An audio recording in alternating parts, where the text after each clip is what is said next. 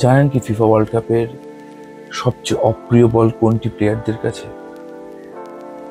যে বল তৈরি করতে নাসার সায়েন্টিস্টদেরকে হায়ার করা হয়েছিল, আর তারা বানিয়েছিলেন পৃথিবীর প্রথম নিটল গোল একটি বল। হ্যাঁ, এটা সাধারণ বলের মতো স্পিয়ার শেপের ছিল না, এটি ছিল নিটল গোল।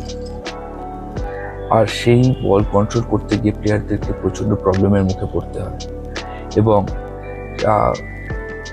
অনেক প্লেয়ারই এই বল কন্ট্রোল করতে ব্যর্থ হয়ে প্রচুর গোল মিস করে 2010-এর ওয়ার্ল্ড কাপে। কিন্তু তার মধ্যে একজন ছিলেন ডিয়েগো ফোরলান, যে ছিলেন ব্যতিক্রম। সে এই বল দিয়ে এমন প্র্যাকটিস করেছিল যে 2010-এর ওয়ার্ল্ড কাপে টপ স্কোরার সে হয়। আপনারা যদি এইটি জেনে থাকতেন আগে, তাহলে সেটা কমেন্ট বক্সে জানান। আর ডিয়েগো ফোরলান যদি আপনাদের সত্যি পছন্দের প্লেয়ার হয়ে থাকে, তাহলে কমেন্ট করুন ফোরলান।